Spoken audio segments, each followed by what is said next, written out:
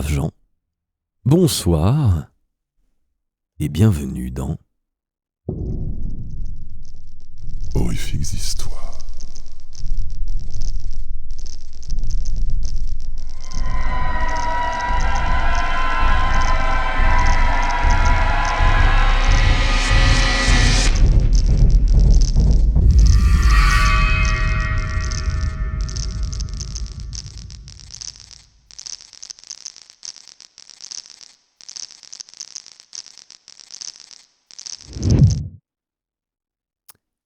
Et ce soir, dans Horrifiques histoires, je vais vous lire Poulpe Apocalypse, une nouvelle de Guillaume Maréchal. Braves gens, bonne écoute.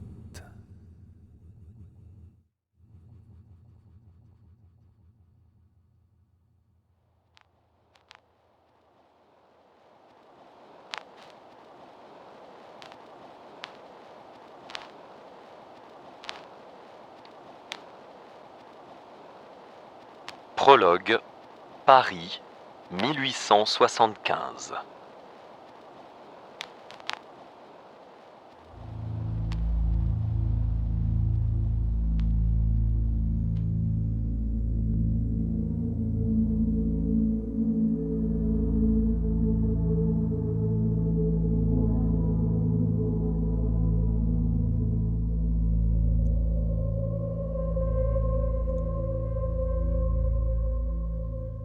Pendant que l'homme écrivait à la lueur d'une simple chandelle, le ventre de Paris remuait.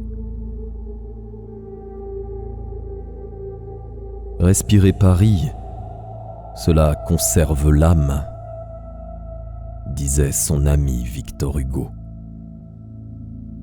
Mais aujourd'hui, humer l'air de Paris noircissait la sienne. L'air vicié, lourd et chaud le rendait lancinant. La peur s'immisçait dans les interstices de son être.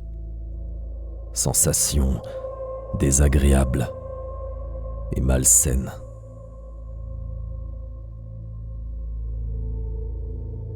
Pris d'une relative fébrilité, il écrivait d'une plume hésitante, le corps rongé par l'incertitude.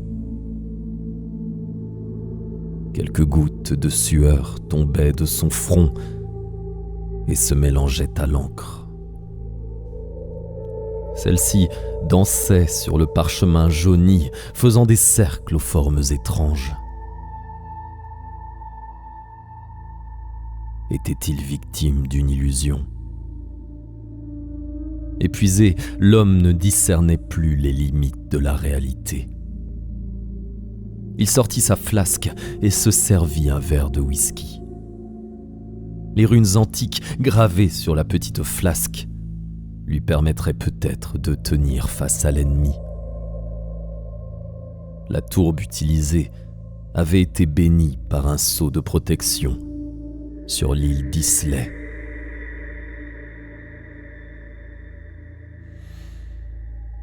Quoi qu'il en soit, le précieux liquide lui réchauffa les entrailles et le revigora.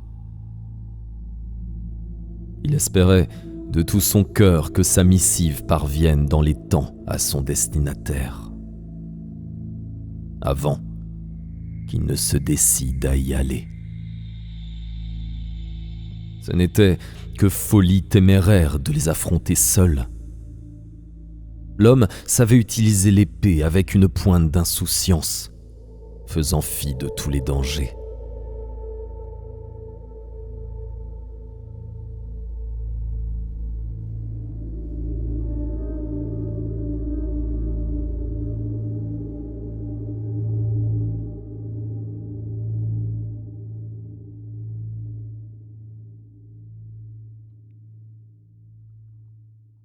De nos jours.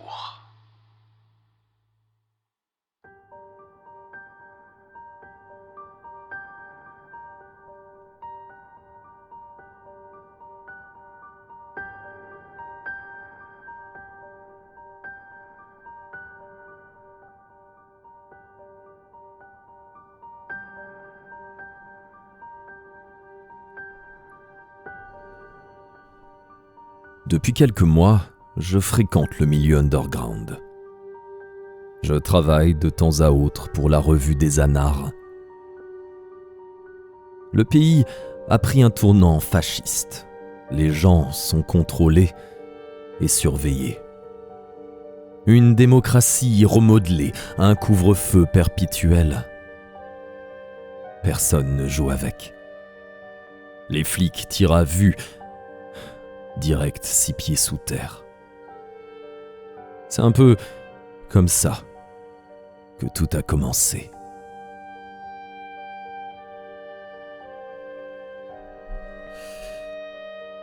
Tib, vieux râleur contestataire en charge de la revue, m'a contacté pour aller faire un tour dans les catacombes. Une bonne partie de la population a pris possession du sous-sol de Paris. Abandonnant la surface, ces cataphiles de la nouvelle heure sont partis dans l'en-dessous. Une sorte d'enclave autonome où ils ont leurs propres règles. Divisés en collectifs, ils font la fête et ne remontent presque jamais. Il paraît même qu'on peut tomber sur un labo clandestin pour synthétiser de l'ergot de seigle et en faire du LSD. Comme au bon vieux temps des beatniks.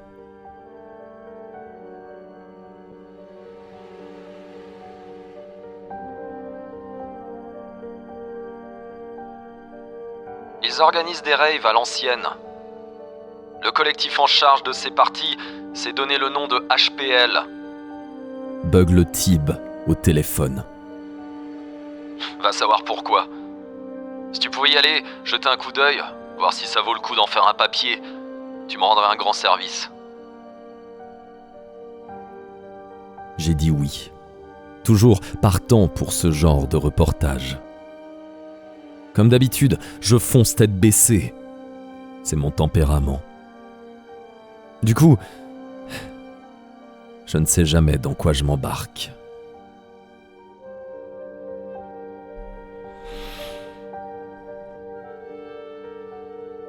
Pour descendre sous Paris, il faut avoir les bons tuyaux, connaître du monde.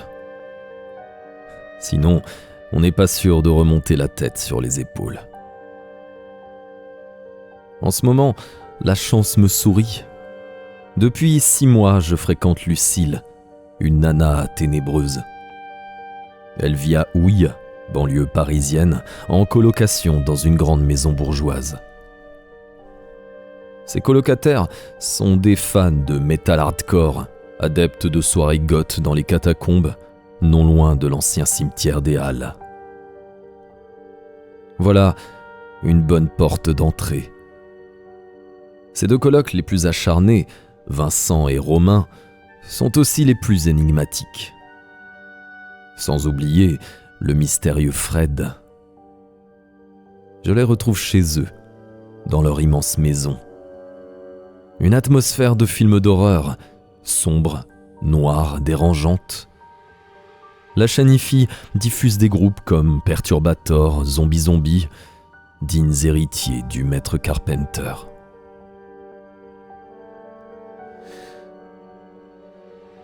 Romain est fascinant. Grand, blond, les cheveux longs et lisses. Un regard bleu froid, pénétrant. Vincent, lui, est plus taciturne. Ses mots sont pesés, réfléchis. Il ne parle jamais pour ne rien dire.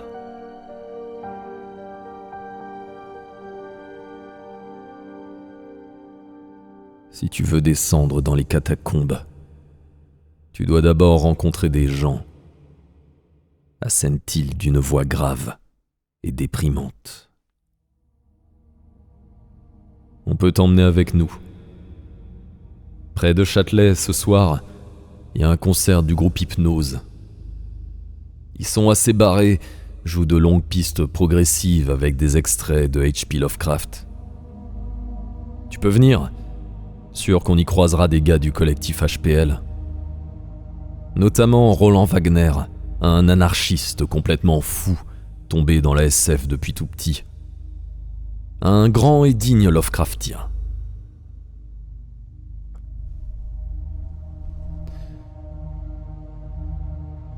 En rentrant chez moi, je réfléchis au collectif HPL. Le vent souffle fort, il fait chaud. L'air est chargé de moiteur. La nuit tombe rapidement.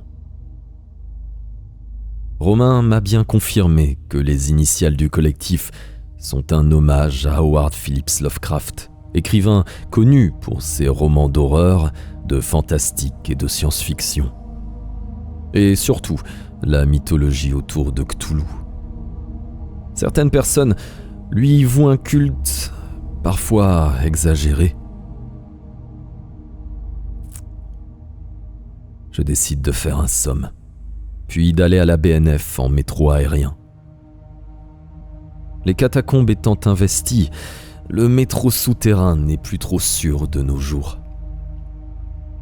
De nombreuses stations sont fermées, certaines entrées et sorties sont murées, comme en Allemagne, lors de l'épisode du mur de Berlin. Mes yeux piquent, et sur ces pensées, je sombre dans un profond sommeil.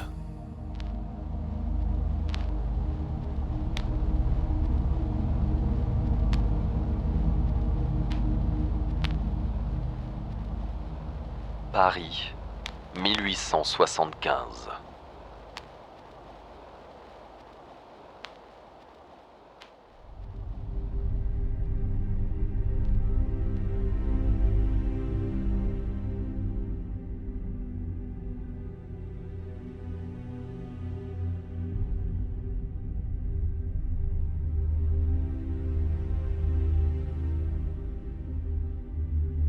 Je courais sans relâche, sans m'arrêter, sous peine de me perdre dans l'abîme du temps.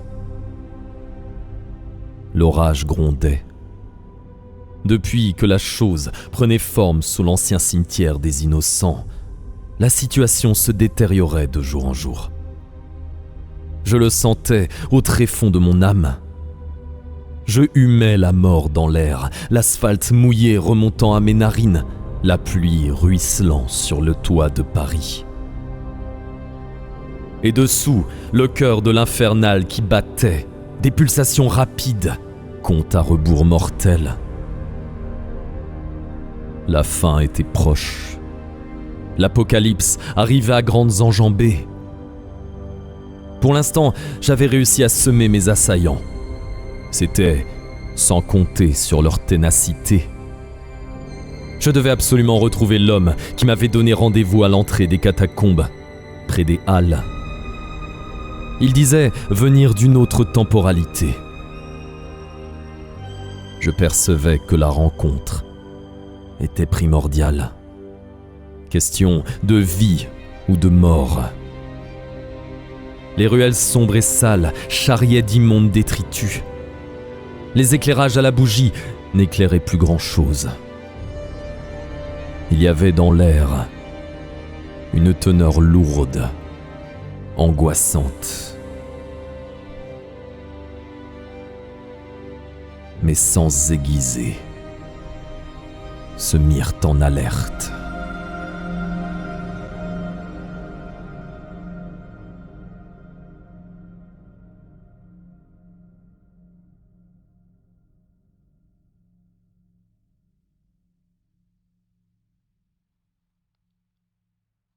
De nos jours.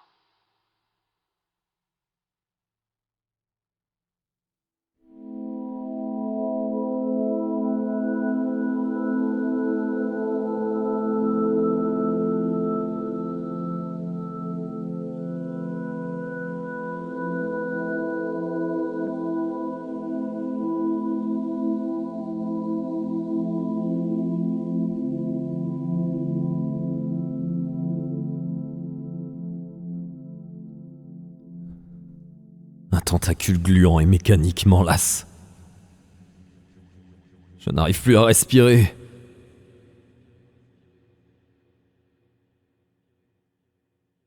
Je me réveille.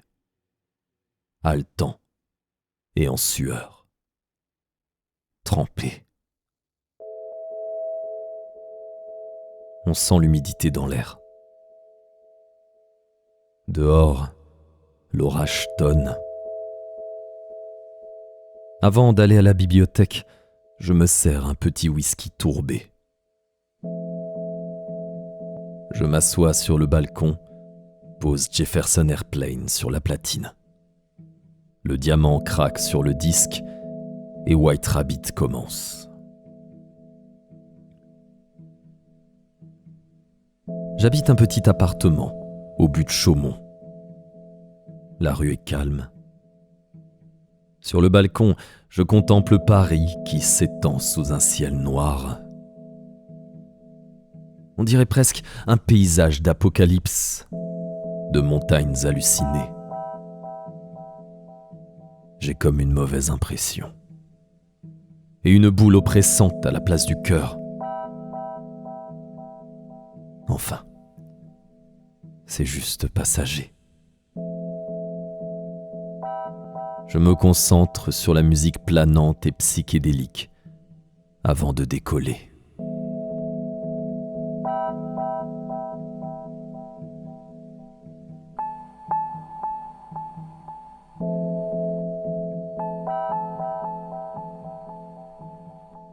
J'arrive à la BNF. Le temps est toujours électrique. Je m'adresse directement aux bibliothécaires, les derniers survivants de la bibliothèque. Ils me font traverser de nombreux couloirs. La salle de lecture est immense. Vide. Pas un chat.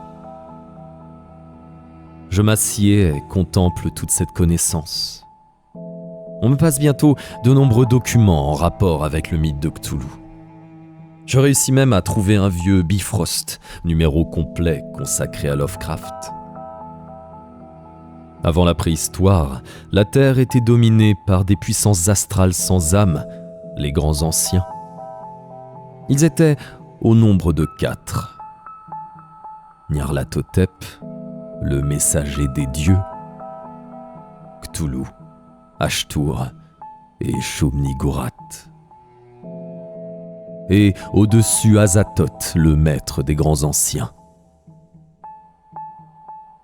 Je comprends la fascination que cette mythologie peut exercer sur nous.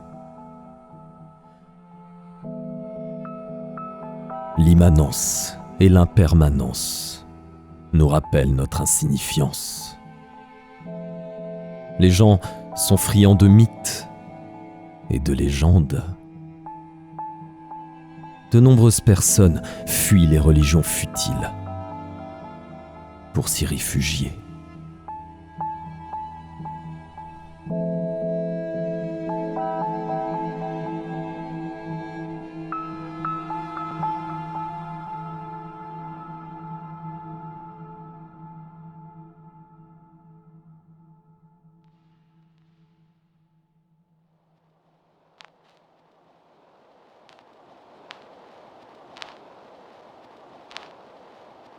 Paris, 1875.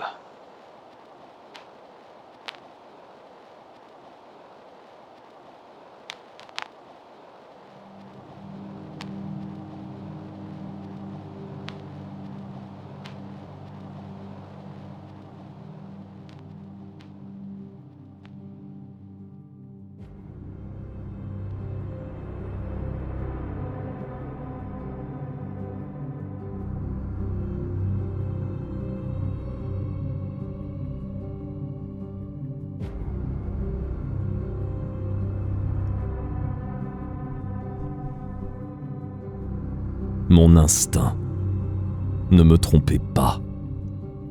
La confrérie m'avait retrouvé.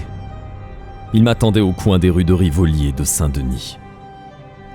Je m'enfuis vers la tour Saint-Jacques. Impossible de les distancer. L'affrontement était donc inévitable. Je respirai un grand coup. Les sbires chtoniens, envoyés par la confrérie, ne sont pas des enfants de cœur. Habités par des puissances magiques peu communes, il ne faut pas les prendre à la légère. Je sortis ma rapière de combat, forgée par mes soins et modelant l'espace et le temps. Je figeai la scène. Ces derniers jours m'ayant diminué, je n'avais qu'une poignée de secondes. Ma première attaque fut foudroyante. Je me décalai sur la gauche, sautai et fendis le premier assaillant de haut en bas. Une brève secousse m'indiqua la perception du temps qui s'équilibrait. La deuxième créature chercha à en profiter. Forte de 2 bras mécaniques, sorte de tentacules organiques, la bête m'enserra, me privant de mouvement. Cric. Mon épaule gauche se brisa. La situation se corsait, la trame se resserrait. Verrais-je la fin de cette aventure ? Je commençais à douter sérieusement de la suite de mon existence.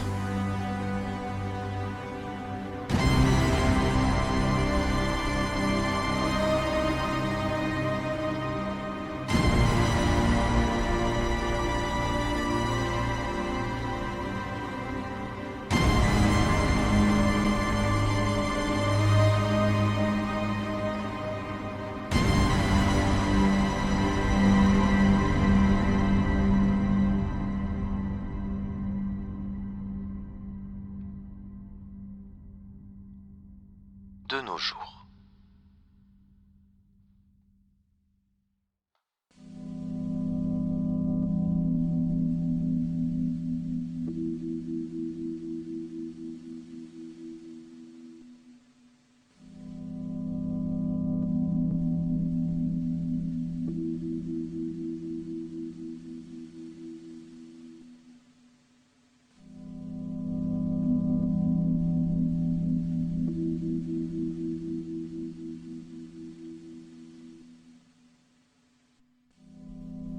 Rassasié de connaissances, je quitte la bibliothèque.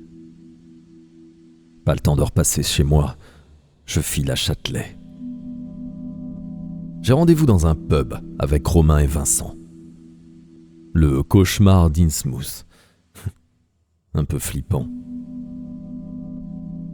La météo ne s'arrange pas, le ciel est vraiment noir. Hypnose, hypnotique, Toulouse, le mythe, les grands anciens. Tout se mélange dans ma tête. J'ai toujours cette impression noire, oppressante et glauque. Il est temps d'aller se désaltérer.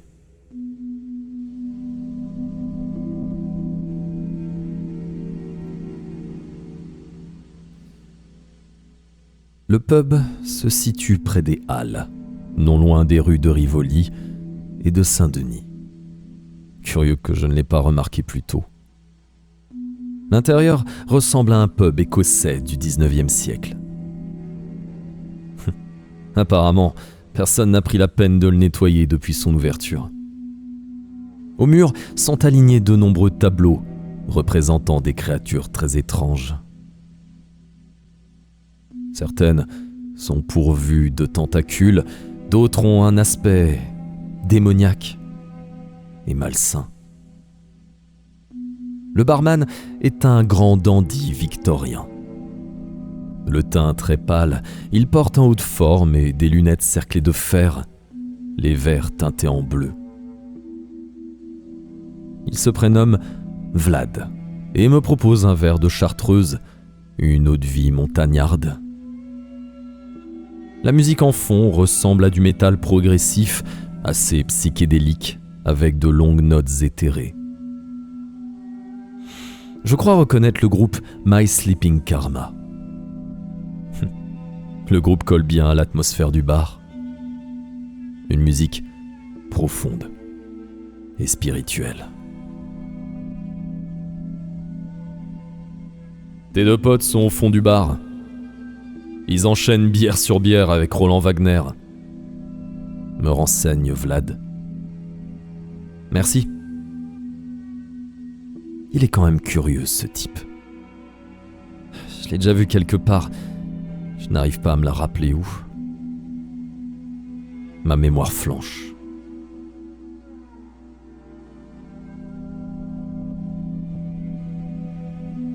Je retrouve Romain et Vincent. Romain a toujours sa lueur étrange au fond des yeux. Vincent, lui, regarde une statue en bois. Un corps humain en costume 3 pièces. Sauf qu'à la place de la tête, il y a une pieuvre. Au milieu, un œil vert et rouge qui me scrute. Puis, la bouche, menaçante et immense. Je frissonne.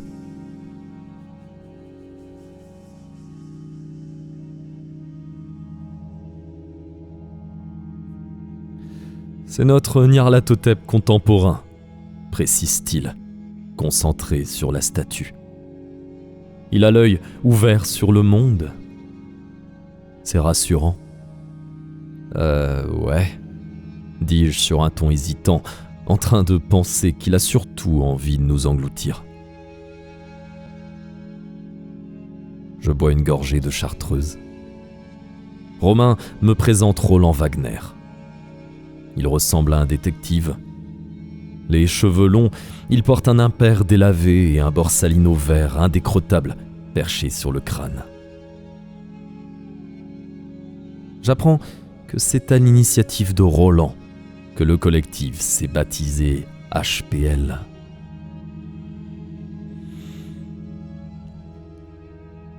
J'ai écrit, dans les années 90, une nouvelle HPL en l'honneur de Lovecraft. Me raconte-t-il passionné, les yeux fous. Je me suis amusé à le faire vivre quelques années de plus. Il n'est pas mort en 1937, mais en 1991. Et peut-être est-il toujours en vie, rajoute-t-il, un clin d'œil en direction du portrait de l'illustre écrivain. Derrière le dit portrait en arrière-plan, il me semble reconnaître la tour Saint-Jacques.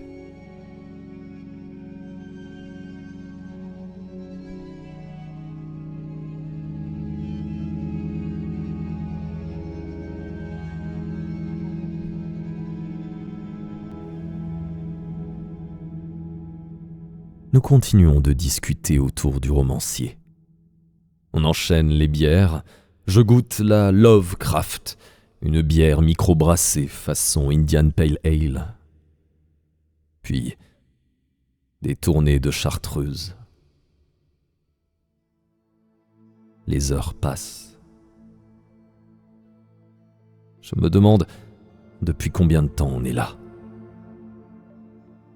Les sensations autour de moi s'estompent.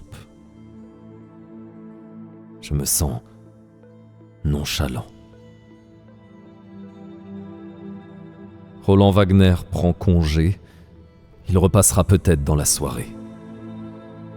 Romain et Vincent me proposent de partir dans les catacombes. Le concert du groupe Hypnose va bientôt commencer. On se dirige vers la sortie. Ma tête tourne. Mes pensées ne sont plus claires. J'ai l'impression que la populace présente à cette heure est issue de mes pires cauchemars.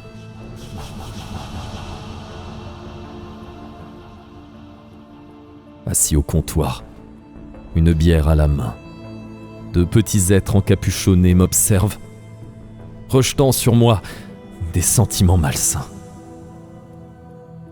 Ils se retournent sur mon passage. Pas de visage, juste des grosses langues épaisses et visqueuses. Je ferme les yeux, les ouvre. Plus rien.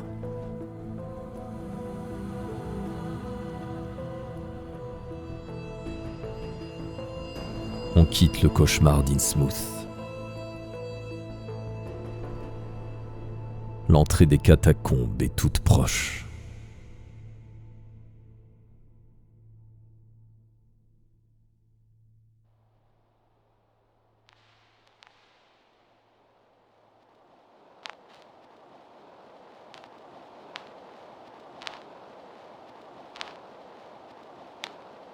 Paris, 1875.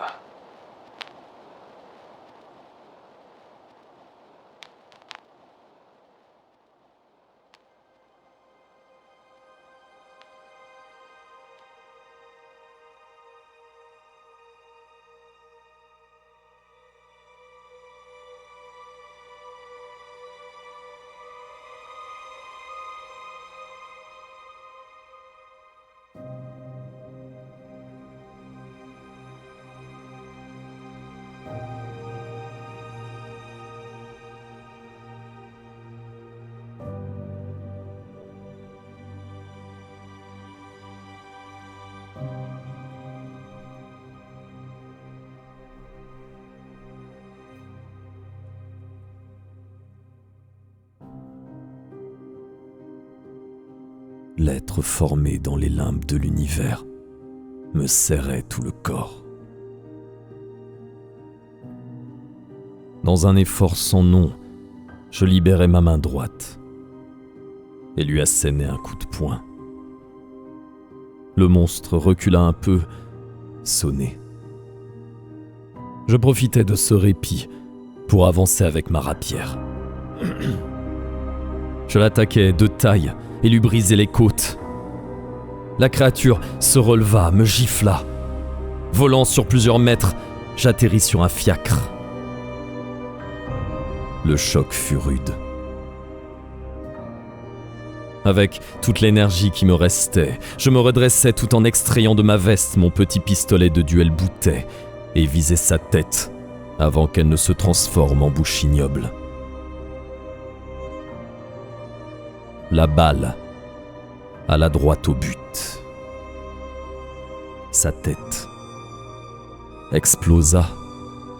Un liquide visqueux, vert et rouge dégoulina de son crâne. Le corps marcha encore un peu, hésitant, comme ivre, puis s'écroula sur le sol.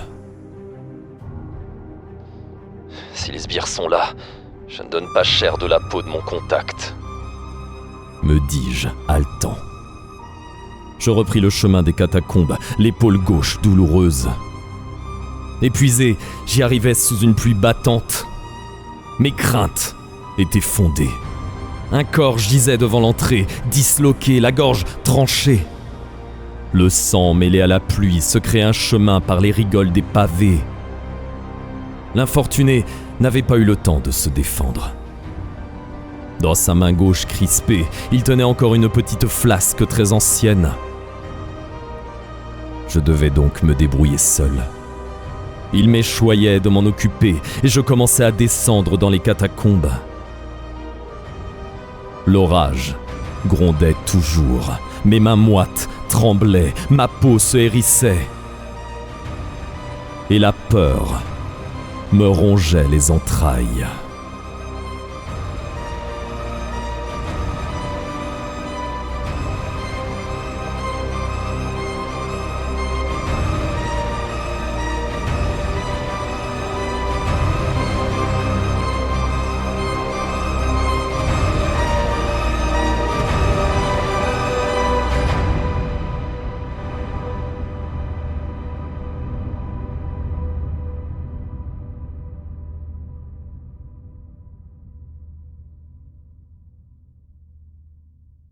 de nos jours.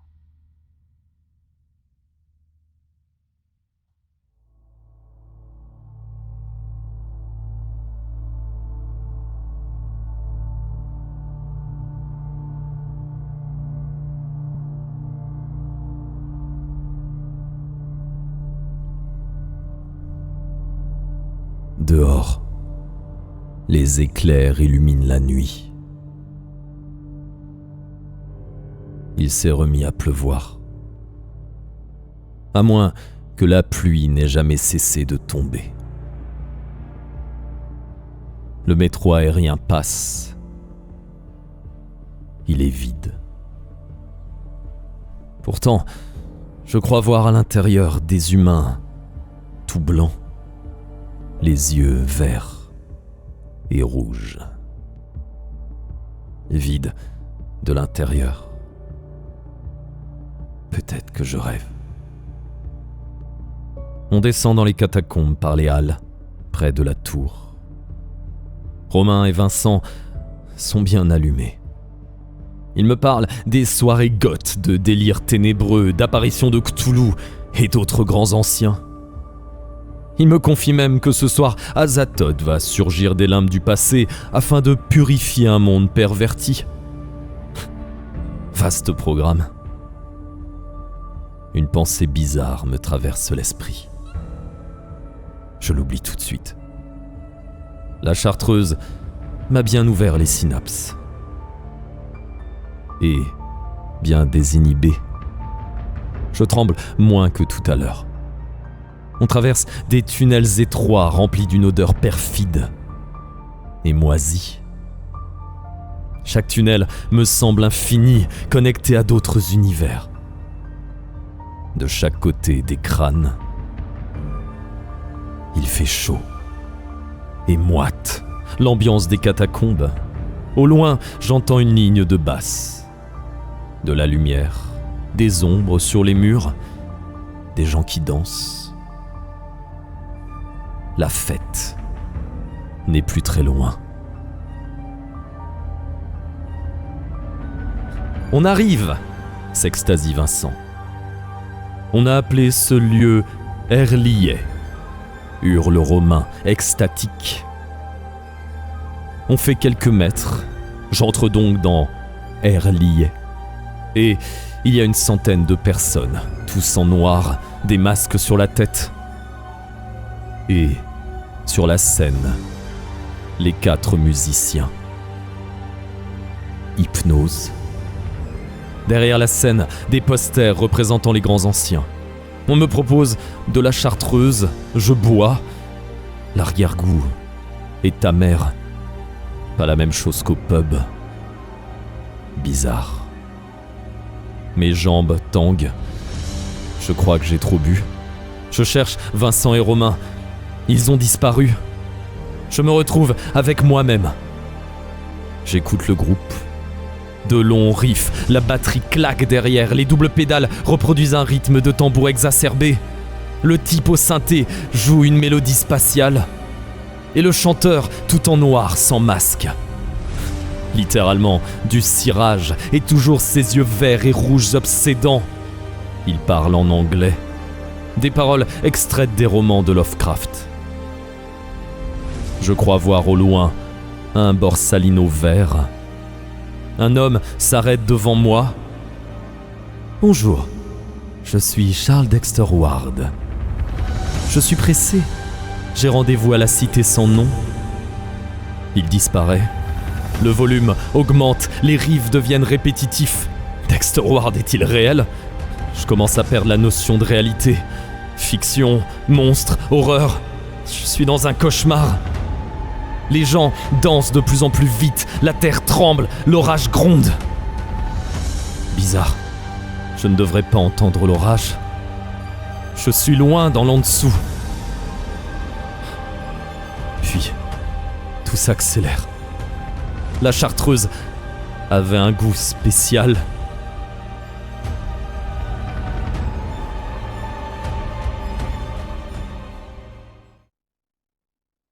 Le sol s'entr'ouvre. Des tentacules apparaissent. Les gens autour de moi se mettent à genoux. Romain est de retour. Il me sourit. Puis, sa tête disparaît. À la place, pousse une tête visqueuse, ignoble. Et au milieu, cet œil, toujours cet unique œil, qui se tourne d'un coup vers moi. Je panique, commence à trembler. Je tente de retourner sur mes pas. La tête me tourne, le monde se déséquilibre. Une sorte de secte chtonienne. Je ne distingue plus le réel de l'irréel. Suis-je en train de poursuivre des chimères ? J'avance à tâtons dans le noir. Je sens un liquide visqueux me couler sur la nuque.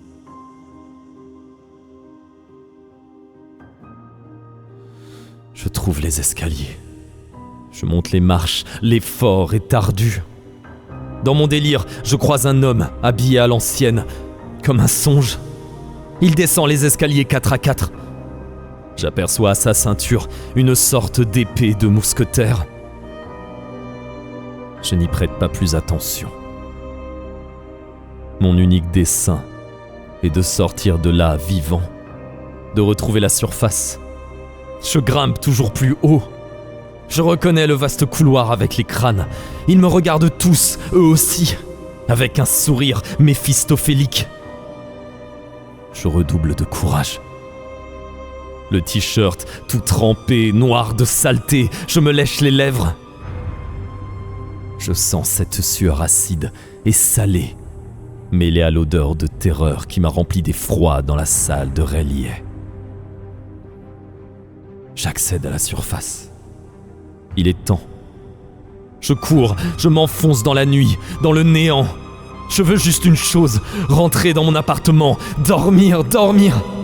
Une nuit sans rêve et sans cauchemar. Je sais déjà que cela va être difficile.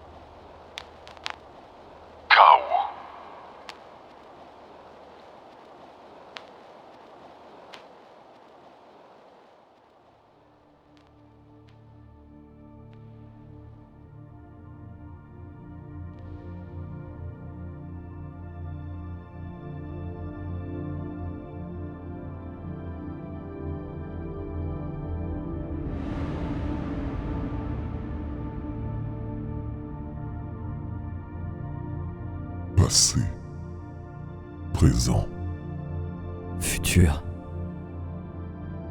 La linéarité n'est plus. La trame se referme. Les fils se rejoignent vers le chaos.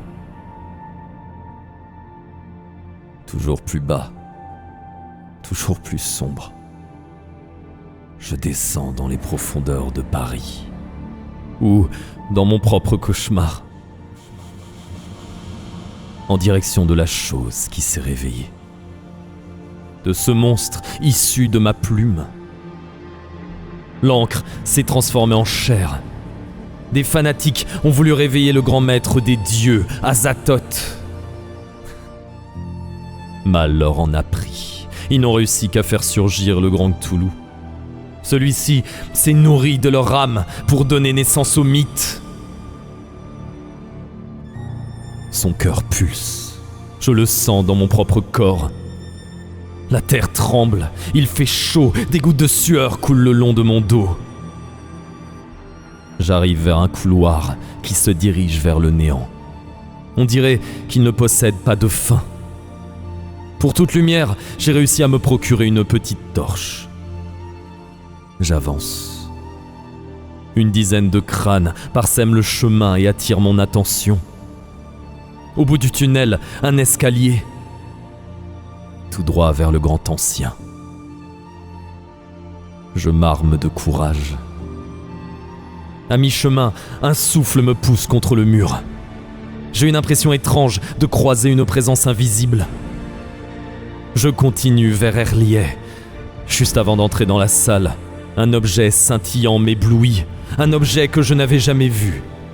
Il est au sol, contre un mur. Je le ramasse.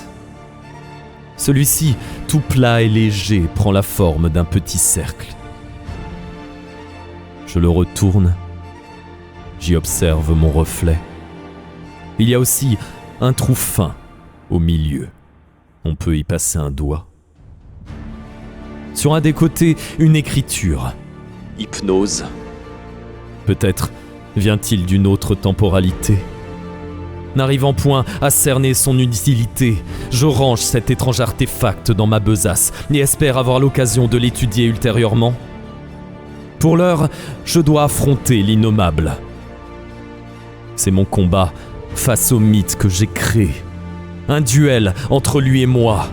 Les choses se terminent là où tout s'est amorcé. J'arrive en bas de l'escalier. Il y a une porte, et au-delà, un monde de noirceur. Moi, Howard Phillips Lovecraft, je vais y entrer sans la certitude de m'en sortir. Il est étonnant d'entendre l'orage tonner dehors. Je respire, expire, fais un pas. Et le néant m'aspire.